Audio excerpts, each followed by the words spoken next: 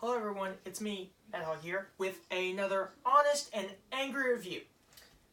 Now, as you can see today, we're going to be doing two games of 2018, which I thought were great. Pokemon Let's Go Pikachu and Let's Go Eevee. So, the game series has a very decorated history. Pokemon started in 1996 and has been ongoing since. Is a very good game franchise. I've played it for a long time now, but with every single entry, they talk a little bit more about nostalgia, which is one of the biggest selling points of the Pokemon games. And that is all that these games are, is nostalgia. Is literally a remake of one of the most known Pokemon games ever. They already had a remake on the Game Boy Advance, but then they remade the remake, if that makes any sense. So, it's a big franchise. And then here's the partners. I had to get the picture of Ryan Reynolds' Pikachu up there. So usually the Pokemon that you have on the front of the box, these being Pikachu and Eevee, don't have a very big impact on the story of your game.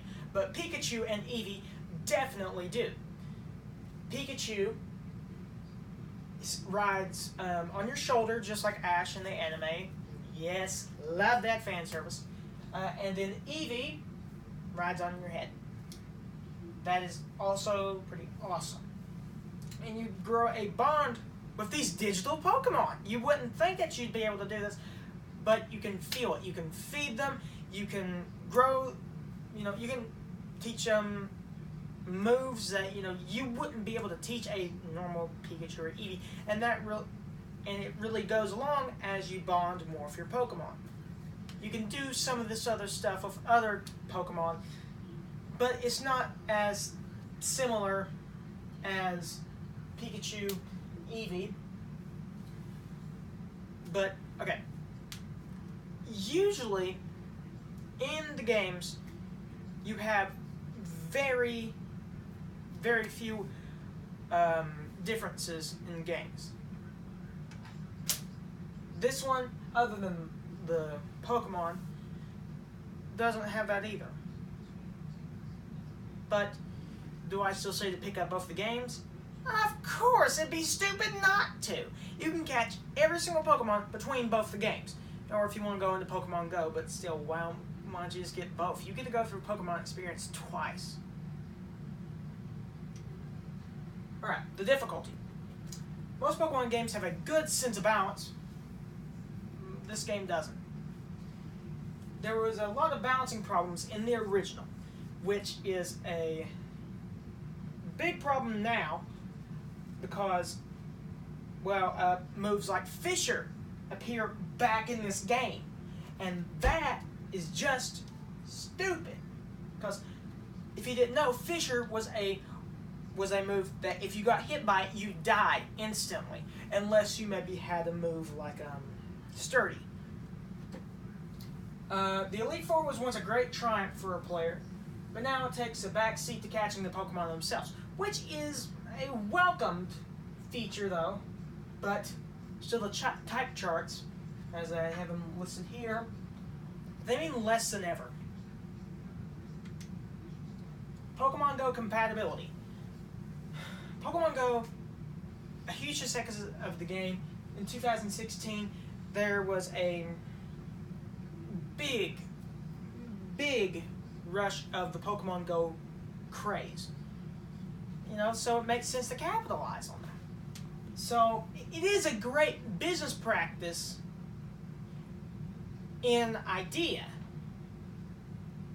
and for the average gamer, but not for, let's say, a seasoned gamer like myself. It makes completing the Pokedex way too easy, because you used to have to go and buy both games, or 3 versions of the game if it's an older one, just to get all the Pokemon. Now you just simply get one version of the game and have to have a smartphone, which, let's be honest, most people have a smartphone. There is 2 Pokemon that is from Pokemon Go, exclusively, at least right now, Meltan and Melmetal, which kind of ruins the 151 thing that they've got going on, and plus the Alolan forms. Another big thing about Pokemon Go compatibility is obviously that it makes the levels kind of crazy. You can have a level 20 Mewtwo. The CP levels kind of correspond with what you have. You may have a level 432, or sorry, a CP 100 or like 432 Meltan, and then you have a Pokemon of the same species, another Meltan, that's like 1,000. Well, the 432 CP is going to have a level of probably 4 or 5, maybe even 1. It's happened. While the one that's in the thousands will most likely be in the 20s. This is probably a little bit more of a, it's kind of a bad example, because usually when you catch a Mewtwo, it's going to be in the 2000s because it's a raid battle thing. So yeah. And Master Trainers. Pokemon Yellow did not have a big post-game at all. I mean, it was so small. The only thing that there was to do after completing the post-game, well, there was 2 things. You could rather complete the Pokedex, training with your friends, or you could go back and get all your Pokemon to level 100 and have every single evolution and have a living dex. So, it makes a lot of sense here. The future. Pokemon Let's Go Pikachu and Eevee were wonderful games. Probably some of the best games of 2018. I would recommend them literally to anyone. This is an opportunity to let newer players get into the series. You know, because they would be intimidated by the games that people in the 90s and even I have grown up with, like Pokemon Diamond and Pearl, that, you know, they're hard. They are hard games at first.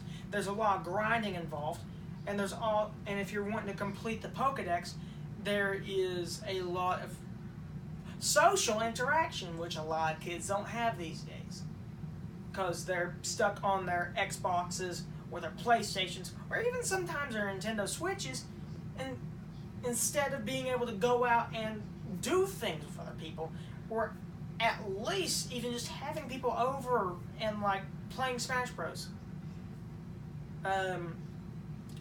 Back when Pokemon was originally, you know, the thing, everyone was, you know, next door to each other. Everyone had pretty common interests.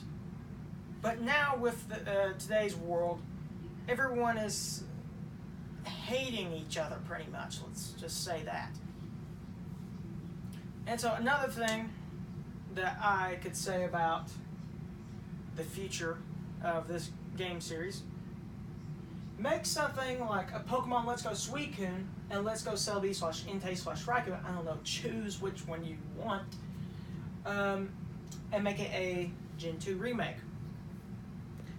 But one thing I have to say is, don't forget your die-hard fans who have been there since the beginning, or at least pretty early on. You can't just keep going back to the people that you've rather lost, or people that are just getting started to the franchise. If you don't get back the people that love the Pokemon games from the beginning to the end, then what is the reason for having a franchise? Pokemon is not a starter franchise. Pokemon is still seen competitively to this day. Why is it such a big thing to make it so easy. Games in the NES days, they were so hard that you'd be sitting there for weeks going, gotta save that friggin' princess, gotta save that friggin' princess.